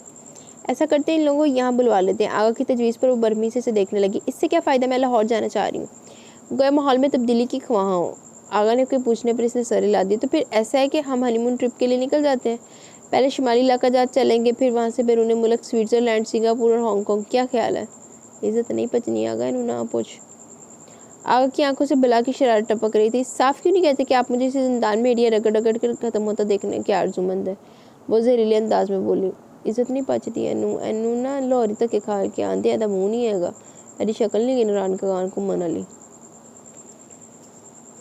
इस तरह बदगुमानी भी अच्छी नहीं हुआ करती मेरी जान। वो इसकी तवक्का के बरक्स बड़े सुकून से बोला। बात यह है कि तुम्हारी गैर मौजूदगी में आगा पैलेस की हर शय उदास और बेरंग सी हो जाती है। इसके मकीनों समेत फिर 1-2 हफ्ते तो बहुत ज़्यादा होते हैं, कोई ज़्यादा नहीं होते हैं।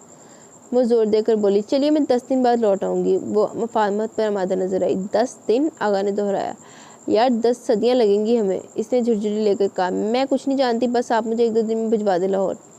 वो हटीलेपन से बोली। आगा दिलचस्पी से इसकी ज़िद्दी और खुद से तासुर जांच रहा था। अच्छी बात है, मैं शरीफ से कहकर इंतजामात करवा दूंगा। वो तो इसे यूं ही तंग कर रहा था, वरना इसे क्या एतराज़ था इसके जाने पर। मगर ये क्या, काम निकलवा कर शुक्रिया और नजराना दिए बगैर जा रही हो? इसे उठने के लिए पर तोलते देकर वो छिड़े बिना न रह सका। क्या मतलब? वो उठते उठते फिर बैठ गई और चंबे से बोली, हाय मतलब मुतालब ना पूछा करो जिंदगी। वो शरीर अंदाज में कहते हुए बेड से निकलकर इसके सामने आ गए। चॉकलेटी कलर के मखमली पेटी वाले स्लीपिंग गाउन में इसका दराज कद मजीद नुमाया हो रहा था। इसकी पुरशौकनी का और आंच देता लहजा शहलाला के औसान खता करने लगा। वो उठकर जाना चाहती थी, मगर आगा इसके ऐन मुकाबिल इस तरह खड़ा था कि वो उठकर खड़ी होती तो सीधा इसके सीने से टकरा जाती। सुनो, वो हौले से झुककर मोहब्बत भरे नरम गरम अंदाज में मुखातिब हुआ। इसके बारी में लहजे में कुछ था कि शहलाला के दिल की धड़कनें बेतरतीब होने लगी। देखिए, अब वादा खिलाफी मत करें। वो मुश्किल अपने तमाम हवासों पर काबू पाते हुए लरजती आवाज़ में सर झुकाए बोल रही थी। मुझे अपना अहद याद है। वो पंजों के बल इसके मुकाबले बैठ गया और इस तरह के अब वो किसी तौर पर उठकर नहीं जा सकती थी। मगर ये तुम भी तो अब सजा में तरमीम करो कुछ। ये इंतज़ार जानलेवा बनता जा रहा है।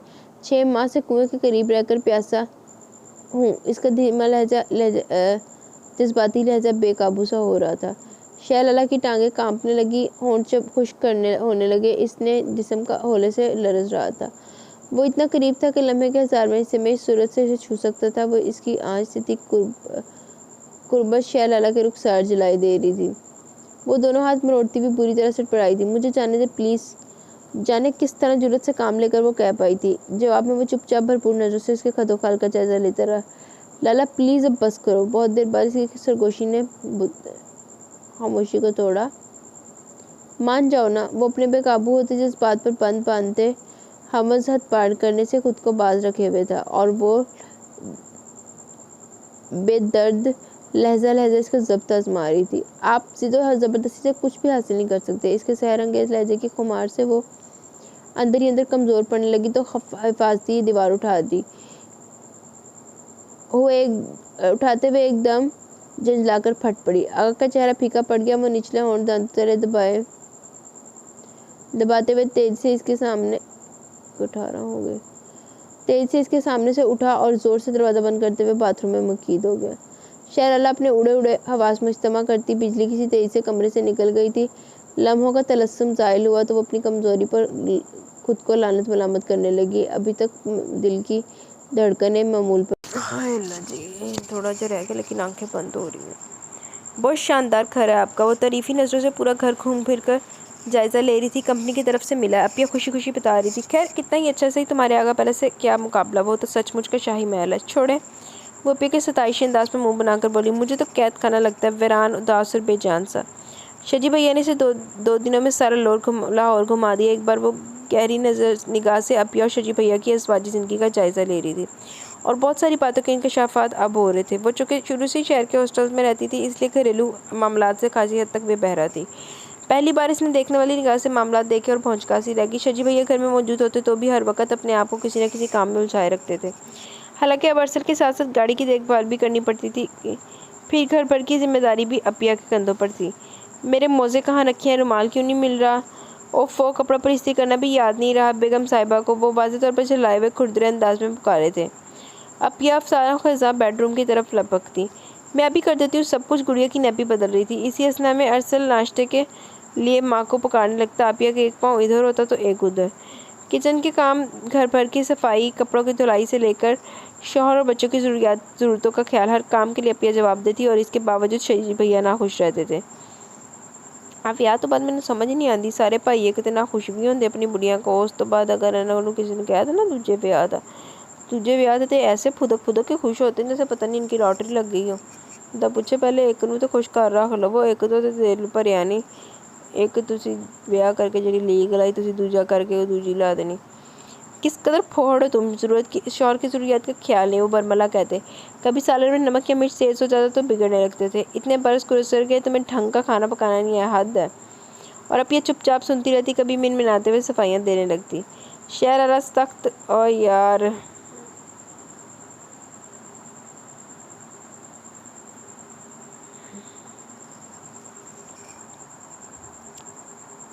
इस्तेजाब के आलम में अपिया को देखती रह जाती। कमाल है अपिया, शजी भैया आप कितनी इंसल्ट करते हैं और आप है कि हुक्म की बांदी बनी फिरकी की तरह इनके आगे पीछे घूमती रहती है। वो नाराज़गी से कह रही थी। जवाब में अपिया होले से मुस्कुराई। भाई इंसल्ट की इसमें क्या बात है? अगर शौहर आपको कुताही पर डांट दे या गुस्सा करे तो बीवी की खामोशी से पी जाना चाहिए। वो सही बात पर ही टोकते हैं, हक रखते हैं इस बात का। ऐसी मामूली बातों को तौहीन और तहकीर समझ कर बीवी महाज खोल बैठे तो गुजारा हो गया। समझो सारे घर का सुकून और तरतीब तहस नहस नहीं हो जाएगा ऐसे तो। और वो हौंकसी इन्हें देखती रही। इसने तो कभी झूठे मुंह आगा से नहीं पूछा था कि किसी चीज़ की ज़रूरत हो तो बताएं। इसके जूते कपड़े खाने पीने और आराम और सुकून का ख्याल रखने की जिम्मेदारी शरीफ के सर पर लगी थी। रहे घर के काम तो इसकी बला जाने मुलाजमिन किस लिए थे। फिर वो आगा पहले इसको अपना घर कब समझती थी जो मालकाना जिम्मेदारियाँ निभाती, और आगा ने कभी एक लफ्ज़ नहीं कहा था। इस रोज़ वो अपिया के साथ बाजार गई तो अपिया को इनकी पुरानी क्लास फेलो मिल्की पुरजोश तरीके से सलाम दुआ के बाद एक दूसरे के यहाँ आने की दावत दी गई जाने लगी। परसों हमारी वेडिंग एनिवर्सरी है, कुछ पुरानी दोस्तों को भी मदऊ किया जो लाहौर में आबाद है। तुम्हें ज़रूर आना, इसी बहाने माजी की दोस्तों से भी मुलाकात भी हो जाएगी। अपिया की दोस्त सबाहत ने बस अदे इसरार कहा। हाँ हाँ क्यों नहीं, वो अपना अपिया मुसरत से बोली। पुराने दोस्तों से मुलाकात का तसव्वुर बजाते खुद बड़ा खुशकन होता है। मैं अपने शौहर के साथ ज़रूर आऊँगी, मगर जब शजी भैया से बात की तो इन्होंने साफ इनकार कर दिया। मैंने साइड पर जाना है परसों और तुम्हें भी जाने की कोई ज़रूरत नहीं है, फिर कभी चले जाना, ऐसी भी क्या क़यामत आ रही है। और अभी अपना दिल मार कर रह गई। शह लाला को इल्म हुआ तो एक बार फिर इस्तेजाब मोतजब खड़ी थी रह गई। इसने कॉलोनी में कहीं आने जाने के लिए रस्मन भी आगा को मतला करने की जहमत गवारा नहीं की थी। भाई आज आपका इतना दिल चाह रहा है, ऐसे मौके बार बार थोड़ी आते हैं। शजी भैया से ज़िद करें जाने के लिए, वो मसरूफ़ है तो कम से कम आपको तो इजाज़त दे सकते हैं। छोड़ो, अपिया बेदिली से बोली। स्टार्ट करके इनका मूड क्यों ख़राब करूं? सबाहत से फ़ोन पर माजरत कर लूँगी। अपिया का सारा जोशो खरोश मानित पड़ गया। शह लाला को दिली तकलीफ़ हुई। फिर भी आप इनके नाम की माला जपती हैं। वो जलाकर इन पर बरसने लगी। कितने बेहिस हैं शजी भैया, आपकी खुशी और जज्बात का कुछ ख्याल नहीं। वो तैश से बोली। मैं इनकी मर्जी और खुशी की पाबंद हूँ, वो नहीं चाहते तो मैं इनकी रज़ा के खिलाफ़ कदम कैसे उठा सकती हूँ? अपिया उदासी से बोली। शैला ने कोफत से सर झटका। आप ख्वाम का इनकी खुद पसंदी को शह दे रही हैं। धड़ल्ले से कहते हैं कि मुझे हर सूरत जाना है। इस तरह घर नहीं चला करते गुड़िया। अपिया ने इसके गाल चुलकर नरमी से कहा। औरत को अपना घर बसाने, बनाने और चलाने के लिए बहुत कुछ कुर्बान करना पड़ता है। अपनी बेजा अना खुद परस्ती, ज़िद और शौक़ को लगाम डालनी पड़ती है। और जवाब में इसे क्या हासिल होता है? वो जहरकंद हुई। इसे रहने को एक चार दीवारी मजबूत छत और एक साहिबा मिल जाता है शौहर के रूप में। अब वो मुतमिन नजर आ रही थी। यही घर तो औरत की आखिरी पनाहगाह होता है। वो समझा रही थी औरत को मसलत से काम लेकर झुककर आजी से बेगर्जी से मामला सुलझाकर अपनी जड़ें मर्द के घर और दिल में मजबूत करनी पड़ती हैं, वरना वो तो अपनों से सारे घर का शराजा बिखर कर रह जाए। अगर एक हाकिम हो तो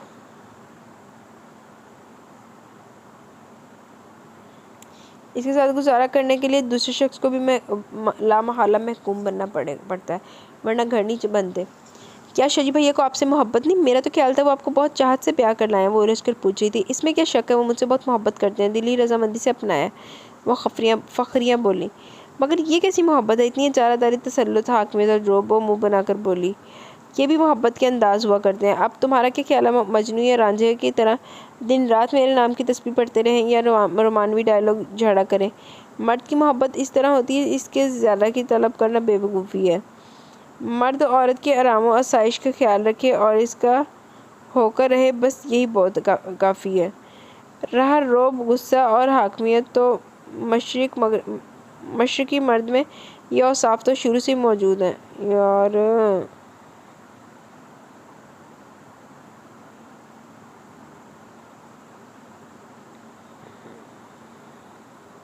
इनसे क्या उलझना। अब हर कोई आगा हारून की तरह दीवाना और आशिक ज़ार नहीं हुआ करता कि बीवी की हर बदतमीज़ी और बदलिहाजी बर्दाश्त कर जाए। तुम अक्ल से सोचो तो अंदाज़ा होगा कि तुम दुनिया की खुशकिस्मत तरीन औरतों में से एक हो। तुम्हारी एक निगाह करम के लिए अपनी पलकें बिछाए मुंतज़िर रहता है, तुम्हारी मनमानियाँ बर्दाश्त करता है, तुम्हारी तमाम तर बेइतनाई के बावजूद तुम्हारे हाल पर छोड़े हुए, अपना कोई हक़ तुम्हारी रज़ा के बगैर इस्तेमाल नहीं कर रहा। बेवकूफ़ लड़की, अब भी होश के नाखून ले लो। शहज़ादियों की तरह घर में बसा रखा आगा ने तुम्हें। इसकी कदर करो और फजूल की ज़िद छोड़कर अपना आप इसके नाम कर दो, वरना समय गुजर गया तो बड़ी बुरी तरह पछताओगी। बाकी अपिया सही कह रही थी और वो कितना इसका किरदार और नफ्स आज़माना मकसूद था। इतनी मुद्दत बीत गई थी, इसके किरदार में कोई झोल होता तो अब तक सामने आता था। इसके बरक्स इसकी नरम कोई मसलत पसंदी और अपने काम से लगन ने इसकी शख्सियत के मस्बत पहलू ही उजागर किए थे। वो किस दर्जा इस पर मेहरबान था, अपनी तबीयत की बरक्स महज इसकी खुशनुदी के लिए खुद पर जबर करता था। वो बदतमीजी करती तो दरगुजर कर जाता, रखाई का मुजाहरा करती तो सिर्फ नज़रअंदाज कर देता, उकताहट दिखाती तो इसकी खुशी के लिए, दिल बहलाने के लिए घुमाने ले जाता। कभी अपने ज़ाती काम के लिए इसको आवाज़ न दी, घरेलू अमूर के सिलसिले में कभी इसकी बात पर्स नहीं की। हालांकि वो घर की मालकन थी, जिम्मेदार थी, मगर इसने खुद इस पर किसी जिम्मेदारी का बोझ नहीं डाला था। अब एक इज़्दवाजी ज़िंदगी के मामलात से मवाजना किया जाता तो वो एक लिहाज से आगा पैलेस में ठाठ से ज़िंदगी गुजारी थी, हर किस्म की उलझन, परेशानी, जिम्मेदारी और जवाब तलबी से आज़ाद रहकर, और वो पूरी रात अपना एहतसाब करती रही।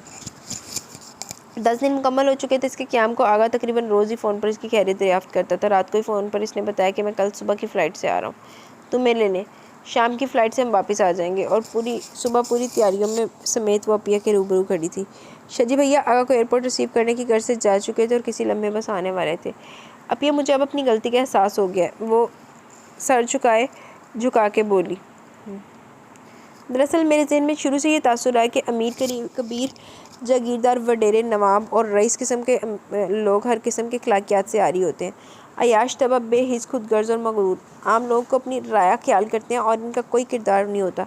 मैं अनजाने में आगा को इसी टाइप का बंदा समझ बैठी, इसलिए शुरू से मुतनफ़्फ़र और गरेज़ा रही थी।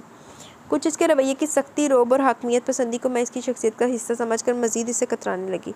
ऐसे में इसके प्रपोज़ल ने मेरे तन बदन में आग लगा दी। मेरा ख्याल था वो महज मुझे नीचे दिखाने के लिए इतनी आम सी शक्ल सूरत वाली लड़की की तरफ बढ़ा है।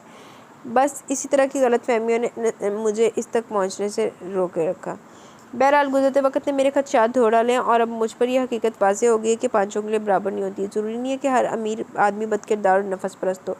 आखिर वो लोग भी तो इंसान होते हैं, कोई दरिंदा सिर्फ खूना शाम भेड़िए तो नहीं होते जो हम इनके बारे में बदगुमान रहते हैं। अच्छे बुरे लोग तो हर तबके में मौजूद होते हैं। फिर बदनीति और अयाशी का इल्ज़ाम महज रऊसा और अमरा पर ही क्यों आयद किया जाए? इनमें भी तो नेक तबीयत के इंसान दोस्त और मुखय्यर लोग मौजूद होते हैं। सच शुक्र कि तुम्हें अकल आ गई, वरना मैं तो मायूस हो चली थी तुम्हारे तौर तरीक़ों से। अपनी ने मुस्कुराते हुए अपने इसे गले लगा लिया। फिर गुड़िया के रोने की आवाज़ सुनकर अंदर लपकी। इसी लम्हे खटके की आवाज़ पर शहलाला ने पलट कर पीछे देखा और जैसे इसकी रूह फना हो गई। आगा के चेहरे पर शोलों की लपक थी और आंखों में गज़ब की चिंगारियाँ सी बरस रही थी। बहुत खूब, पिलाकर वो फनकारते हुए बोला, तो ये थी तुम्हारे ग्रेस की वजह। भला कब कब तुमने मुझे किसी बुरे फेल में या किसी ऐसी वैसी ख़वातीन से चहले करते देखा था, या किसी गरीब से वहशियाना सलूक करते दिखाई दिया मैं तुम्हें? क्या मेरे रूम फ्रिज में बोतलों की कतारें सजी हुई थी देखी तुम थी, या मेरी ख्वाबका से किसी हसीना को बरामद होते देखा था? बोलो, जवाब दो ना। आगा की रग रग से अंगारे दौड़ रहे थे और इसकी शोला फशा नजरें शहलाला को भस्म कर देने के दर पे थी। ज़बत से वो मुठिया बेंचे निचला होंठ दांतों से कुचल रहा था। वो इस दर्जा गज़बनाक और माइल वहशत तो कभी नज़र नहीं आया था। शहलाला का चेहरा सफ़ेद पड़ गया और आंखें खौफ से फैलने लगी।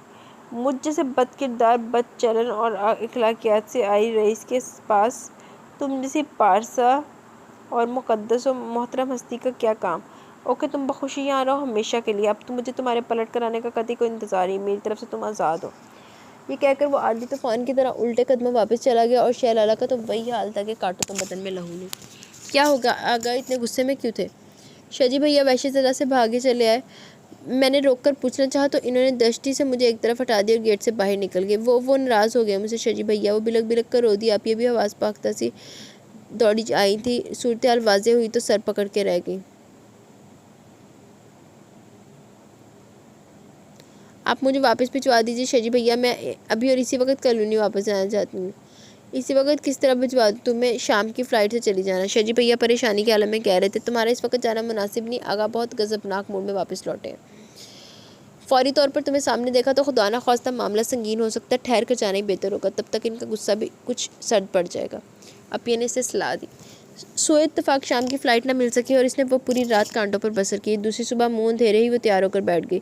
शजी भैया ने सुबह 8 बजे की फ़्लाइट से इसे भिजवा दिया। शहर आकर टैक्सी के ज़रिए वो कॉलोनी पहुंची। शरीफ, तुम्हारे साहब कहाँ हैं इस वक्त? इसने आगा पैलेस पहुंचते सबसे पहले शरीफुद्दीन को तलब किया। वो जी, मैं खुद भी लाइलम हूँ। शरीफ का सब हौखलाया हुआ था। कल शाम से घर नहीं आए। सारी रात में इंतज़ार करता रहा। आज सुबह 6 बजे के करीब फ़ोन करके घर के हालात पूछे थे, मगर ये नहीं बताया कि कहाँ है। बस इतना कहा कि रात को देर से लौटूंगा। ओह, तफसील सुनकर वो बेकरार सी होगी। बहरहाल इतनी तसल्ली तो होगी कि रात को लौट आएंगे। नहा धोकर ताज़ा दम होकर पहली बार पूरे आगा पैलेस में ऊपर नीचे फिर कर अच्छी तरह जायज़ा लिया। सफाई सुथराई और दीगर इंतज़ामिया अमूर देखे मुलाजमीन को कुछ तरमीम के लिए हदायत दी। शाम को किचन में घुस गई। 2-3 डिशेस शरीफ से पूछकर साहब की पसंद की बनाई, फिर नए सिरे से खुद को सजाया सवारा। सुरख झिलमिलाते नफीस सूट में याकूत का जुड़ाव सेट और हल्का मेकअप के किए इसकी छब भी निराली हो गई थी। बाग से बेले की कड़ियाँ तोड़कर बालों में गजरे भी सजा लिए थे। अब वो जी जान से रूठे सैयां के इंतज़ार में टहल रही थी। शरीफ को इसने अपने क्वार्टर में जाने का कह दिया। मैं खुद ही खाने के लिए पूछ लूँगी साहब को। इसने खुद भी अभी खाना नहीं खाया था। वो कितनी देर लॉन में चहलकदमी करती खुद को आने वाले वक्त के लिए तैयार करती रही।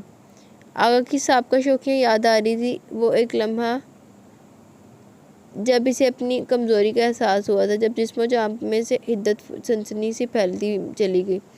सुनो, इसने किस तरह जान खींच लेने वाले अंदाज में पुकारा था। वो पिघल गई थी। मान जाओ ना। वो ख्वाब बेदार मान जगाता धीमा मखमूर सरगोशियाना अंदाज।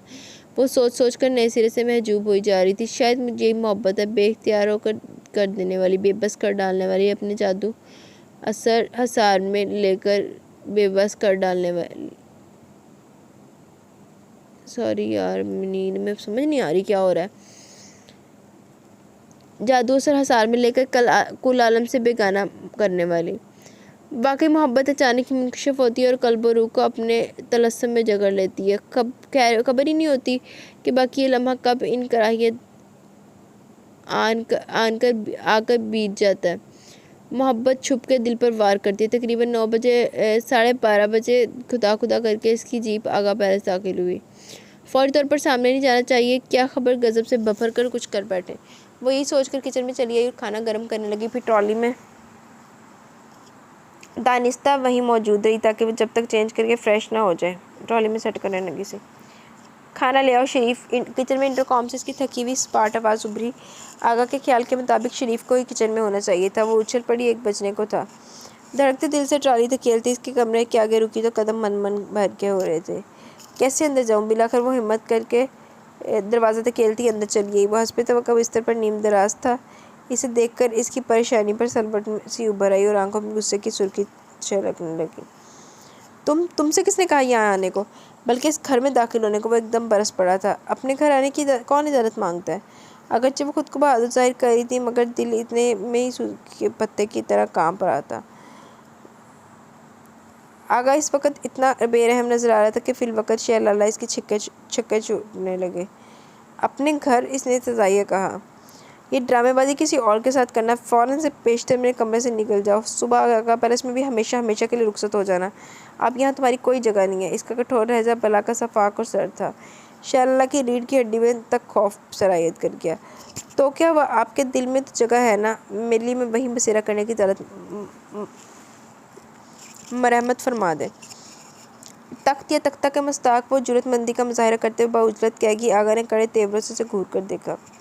शहलाला के चेहरे पर सरापे की आराइश और ज़बाइश और रवैये में सरतापा आमादगी और सुपुर्दगी सबत थी। कोई ज़रूरत नहीं है मुझे यहाँ बेवकूफ़ बनाने की। वो बर्मी से रुख मोड़कर गोया। वह तुम जा सकती हो अब। आप खाना तो खा लीजिए। मैंने भी आपके इंतज़ार में अभी तक नहीं खाया। वो इसका ध्यान बटाने को जल्दी से बोली। आगा ने जवाब नहीं दिया। नीम दराज होकर आंखों पर बाजू रखकर गोया लाताल्लुकी का इजहार कर रहा था।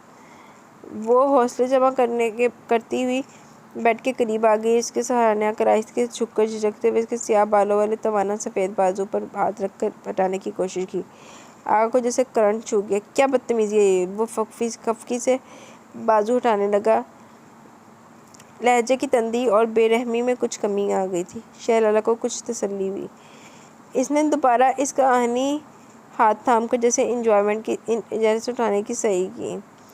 प्लीज़ बस करें ना, अब उठ जाए, खाना खा लें। तुम्हें ना खा जाओ मैं। आगा ने वहशत का मुजाहरा करते हुए एक झटके से खींचा। वो चूँकि इसके लिए तैयार नहीं थी, लिहाजा अपनी झोंक पे इस पर आ रही।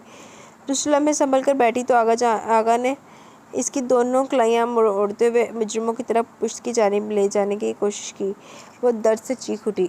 उफ़, अल्लाह छोड़े ना। तकलीफ़ की शिद्दत से इसकी आंखों में आंसू तैरने लगे थे, मगर वो हवस, ओहो यार, वो हवस खुद को